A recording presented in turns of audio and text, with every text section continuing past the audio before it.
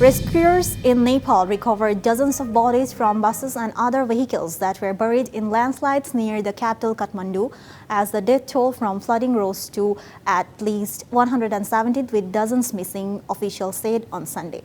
The weather improved on Sunday following 3 days of monsoon rains, and rescue and cleanup efforts were underway. Kathmandu remained cut off Sunday as 3 highways out of the city were blocked by landslides. The heavy rain, which started on Friday, slowed on Saturday night, but were expected to continue through the weekend.